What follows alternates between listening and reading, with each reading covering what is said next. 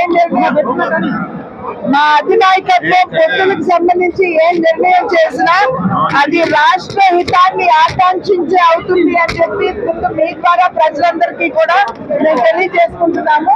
ఇవాళ ఆంధ్ర రాష్ట్రం ఏ రకమైనటువంటి పరిస్థితులు ఎదుర్కొంటుందో ప్రతి ఒక్కరికి తెలుసు. అవినీతి పెరిగిపోయింది, ఎవరికి న్యాయం చేసేటువంటి పరిస్థితి రాష్ట్రం లేదు, మహిళలకి రక్షణ లేదు.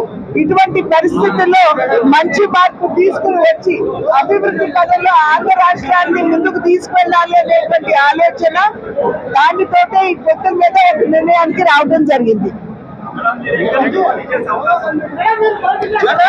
మా నాయకత్వం ఎక్కడి నుండి చేయమంటే అక్కడి నుండి చేస్తారండి.